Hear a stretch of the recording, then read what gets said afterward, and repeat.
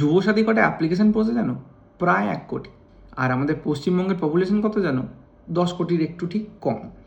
এবার আমি ধরে নিচ্ছি একটা মানুষ 60 বছর বাঁচে, আর আমি 3টে ব্র্যাকেটের মধ্যে তাকে যদি ফেলি, 0 থেকে 20, 20 থেকে 40, আর 40 থেকে 60।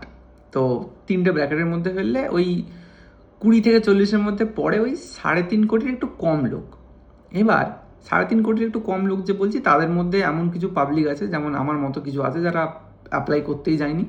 তারপরে কিছু আছে যারা একদম এলিট টিয়ারে চলে গেছে নিজের ব্যবসা নিয়ে, তারা চাকরি বাকরি করছে না, ব্যবসা নিয়ে। তার 50 লাখ আমি বাদ দিয়ে দিলাম, 3 কোটি আমি ধরে নিলাম। তার মধ্যে 1 কোটি মানুষ অ্যাপ্লাই করেছে বেকার ভাতার জন্য, যুবসাথী। তো পার্সেন্টেজ অফ আনএমপ্লয়মেন্ট একটা দেখো তো, 33% শুধু ওইটুকু এজ গ্রুপের মধ্যে, যেটা আনএমপ্লয়েড।